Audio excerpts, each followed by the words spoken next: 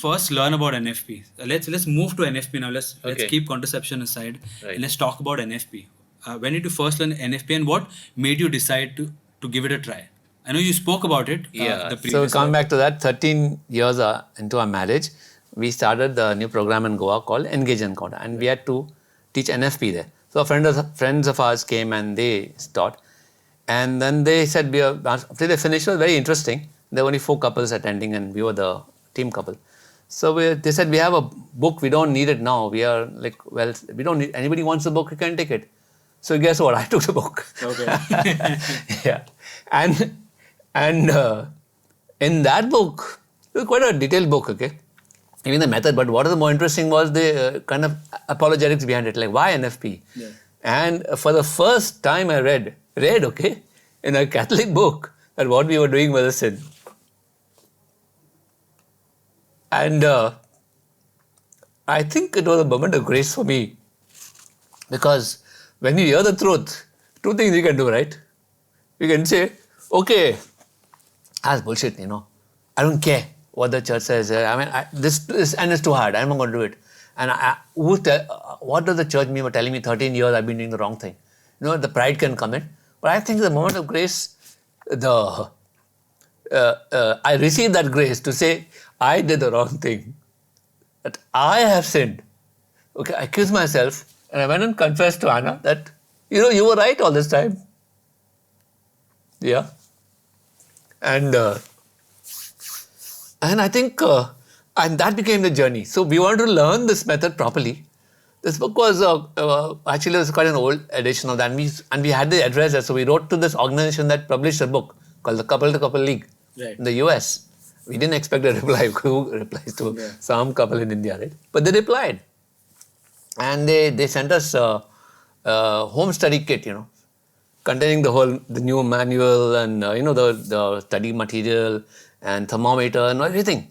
Everything was there. Some CD was there in that. And we studied it. It took a long time because we're running from a book, right? Yeah. And I found it so fascinating. And we began to practice it. I grew in my respect for Anna. It was self-control for 13 years, after 13 years. But I began to, in fact, a sudden pride that I can do this, Yeah. I don't have to, scratch when I itch, sexual itch. I don't have to do that. I can control myself. And not only that, not only did we learn NFP, but we applied to the same organization and said, teach us, because we want to teach others. Yeah. It's good news. Yeah. For us, it was very good news, and we wanted to tell everyone. But nobody was ready to listen. Why was it not listening? They thought we were like some crazy couple.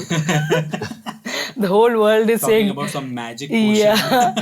The whole world is saying something else, like everybody is doing something else, and these people are saying, like, do NFP. Yeah. We heard it in marriage preparation, it doesn't work, and that, whatever, Yeah. So even some priest asked us, does it really work? Yeah.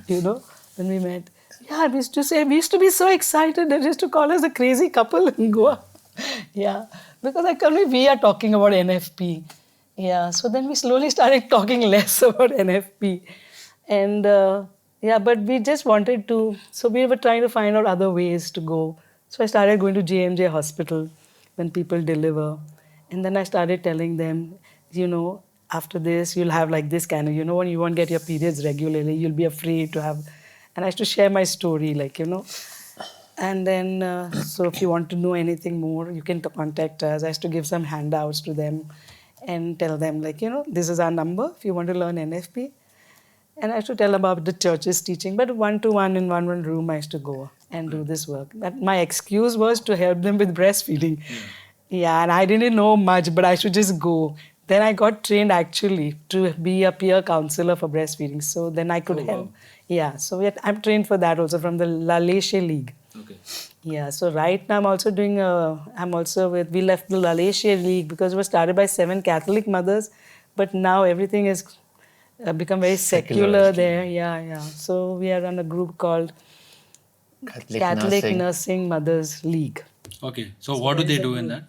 So they help other mothers to breastfeed. Yeah, That's so nice. continue.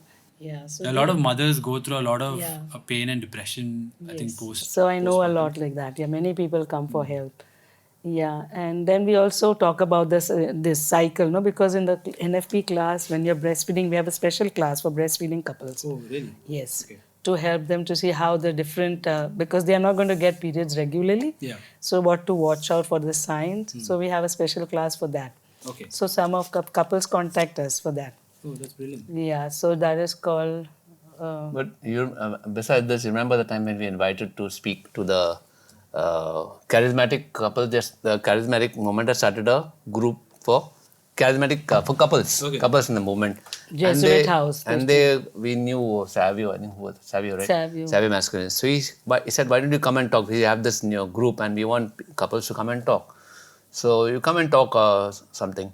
So I said, okay. Noemia and Francis. Yeah, and I remember I said, let's share about NFP, because it's a golden opportunity for us.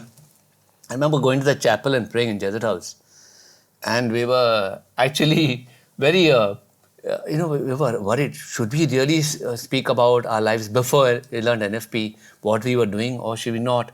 And we said, let's say wait for the inspiration at the moment, and if we have to speak, we'll speak. Yeah. And we did speak. We did share. It was very difficult for me to share about what I was doing before. Yeah. And we did share. And we thought it made an impact on there's a big group there. And we invited them, we're going to have a NFP class. Why don't you come? Guess how many people came? 1.5 couple. What do you mean? Okay, so one couple and one single. Couple who invited us to talk, they came, and another couple whose husband was abroad. That's unfortunate. And they were very sad. They were very sad. Yeah. I wanna go back to what Valley shared. I wanna get your perspective. When you all shifted from the contraceptive mentality to NFP, and you saw the change in NFP, what went through you when the change happened? When Valley started respecting you, respecting your body, and what was your mindset then? Because we know what Valley went through, but can you share about what you went through during that time? Yeah, it was. I felt very free to express to Valley that if I didn't want to make love, or I could even share with him like I'm not feeling like I'm pressured today or whatever, and it's not a good time, or I could. Or the other way around. Yeah. Okay. Well, yeah. So when I was in the fertile time and we decided like we wouldn't have because the baby was small. Yeah, it was hard. I used to just go close to him and, try to tempt him, whatever, like that. And, he used to control himself. Yeah. So that was also good for me because he knows that we have decided and he's taking the lead. Yeah. Yeah. And, it was a very freeing experience actually for me. And I think that's the real first time maybe I told him, I think now we really know how to make love. Yeah. Actually, and you could actually tell me that, I want to make love today and what do you think about it? So we can actually discuss these things. I don't think any couple is contracepting or discussing it because it's just like something that you do in bed. And don't even talk about it. Yeah. It becomes like a side activity that you do. It doesn't become like the main event that you're coming together for, Yeah. And he took interest in the charts. He would remind me to do the thermometer and, ask me and do that. Earlier, he used to tell me, like, you can tell me which day. You just tell me which day you want to come, I'll be ready. Just tell me. I'm already ready. I'm already ready, I used to get so upset. I used to say, like, if you want, you keep the track of that, Why are you telling me? Yeah, it's your thing. It's not my thing. For me, I don't need it. But he used to say like. And usually men, I don't want to sound sexist here, but usually men are more into numbers and calculating and stuff like that. There are women also doing it, but usually it's the men who do it and they love doing that. Yeah, they take pride in that. Yeah, they